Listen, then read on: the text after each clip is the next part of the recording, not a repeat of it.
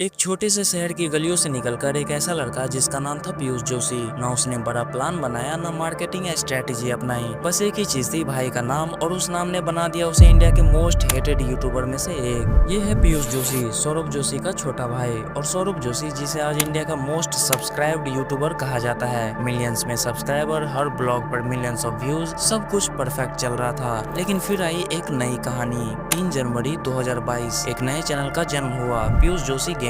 फिर हुआ कुछ ऐसा जो यूट्यूब के हिस्ट्री में बहुत रेयर होता है। फर्स्ट डे 1 मिलियन सब्सक्राइबर्स, और देखते ही देखते बस 2 हफ्तों में 2 मिलियन तक पहुंच गया। ये था एक भाई की शैडो का जादू। सौरभ ने अपने फैंस को बस एक ही बात बोली, ये मेरा छोटा भाई है, जाओ सपोर्ट करो। और फैंस ने बिना सोचे समझे बस एक ही बटन दबा दिया, सब्सक्राइब। लेकिन असली कहानी तो अब शुरू हुई थी। चैनल पर आए फ्री फायर्स के गेम प्लेज, थोड़े रोस्ट वीडियोस, थोड़ा डांस और कॉमेडी के साथ साथ गेम प्लेज। और लोग कमेंट्स में लिखने लगे, gaming king, fastest growth ever, Piyush भाई ओपी। ये चैनल इतनी तेज रफ्तार से ग्रो हुआ कि देखने वाले सिर्फ हैरान रह गए। पीयूष के पास स्पॉन्सर आए, ब्रांड डील्स आई, और घर में छोटी छोटी पार्टीज भी होने लगी, क्योंकि एक नए सुपरस्टार का जन्म जो हो रहा था। लोगों ने सोचना शुरू कर दिया, शायद यही होगा इंडिया का नेक्स्ट कैरी मिनाटी। लेकिन सक्सेस जितनी फास्ट आई थी, उतनी ही फास्ट क्रैक्स दिखने लगे। सब्सक्राइबर 6 मिलियन क्रॉस कर गए, लेकिन व्यूज 2 से 3 लाख तक ही आए। फैन कंफ्यूज हो गए, ये गेमिंग चैनल है या एंटरटेनमेंट सर्कस। कभी फ्री फायर, कभी रोस्ट, कभी डांस, और कभी गैजेट्स का रिव्यू। कंटेंट में डायरेक्शन ही नहीं था। और तब शुरू हुआ हेट। पीयूष पर नेपोटिज्म के इल्जाम लगने लगे। लोग कहने लगे ये टैलेंट से नहीं, भाई के नाम से फेमस हुआ है। इंस्टाग्राम और ट्विटर पे मीम्स बनने लगे, और उसे कहा जाने लगा, Piyush is the Ananya Pandey of gaming. जिन गेमर्स ने सालों की मेहनत करके सिर्फ 1 लाख सब्सक्राइबर्स बनाए थे, उनके लिए पीयूष एक चीटिंग शॉर्टकट जैसा लग रहा था। एक ऐसी सक्सेस स्टोरी जो अपनी खुद की नहीं थी, बट चैनल के पीछे पीयूष का स्ट्रगल तो कोई देख ही नहीं रहा था।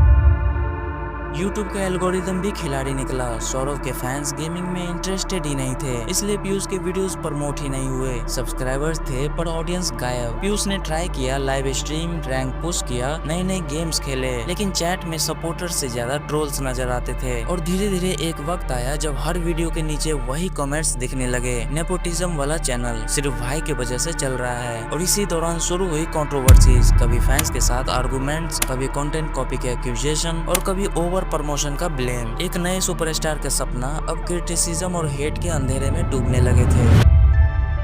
लेकिन फिर भी पीयूष ने हार नहीं मानी। एक वीडियो में उसने खुद कहा था, हेटर से सीखो, लवर से प्यार लो। और ये लाइन सिर्फ एक डायलॉग नहीं थी, ये उसकी रियलिटी थी। क्योंकि जितनी हेट उसके वीडियोस पे आती थी, उतना ही एक साइलेंट ऑडियंस भी थी जो बिना शोर मचाए उसे दिल से सपोर्ट कर रही थी। धीरे धीरे पीयूष ने अपना रिदम ढूंढना शुरू किया। फ्री फायर्स की लाइव स्ट्रीम, टूर्नामेंट्स में पार्टिसिपेशन, और गेमिंग को एक नए पर्सपेक्टिव के साथ करना। शायद वो अभी भी अपने बड़े भाई की छाया से बाहर निकलने की कोशिश कर रहा है, लेकिन कोशिश कर रहा है अपनी पहचान बनाने की। आज 2025 में पीयूष जोशी के पास 6 मिलियन से ज्यादा सब्सक्राइबर्स हैं। वो रेगुलर फ्री फायर स्ट्रीम्स करता है, स्पॉन्सरशिप और ब्रांड डील्स भी मिलती है। और सबसे बड़ी बात, अब उसके फैंस सिर्फ सौरभ के फैंस नहीं, बल्कि पीयूष के अपने फैंस लगने लगे हैं। जर्नी आसान नहीं थी, क्रिटिसिज्म अभी भी खत्म नहीं हुआ, लेकिन एक बात तो क्लियर है, पीयूष जोशी अब सिर्फ सौरभ जोशी का भाई नहीं, वो एक इंडिपेंडेंट क्रिएटर बनने के रास्ते पर है।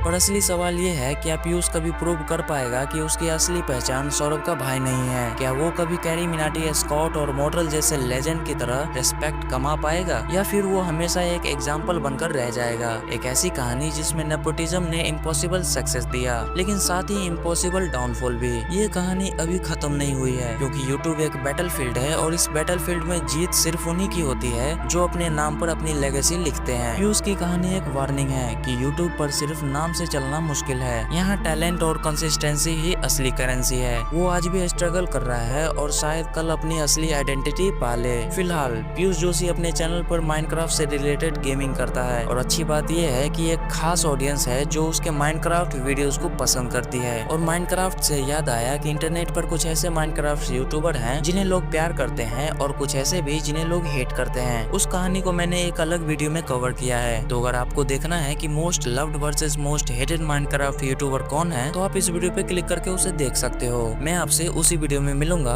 तब तक के लिए बाय बाय।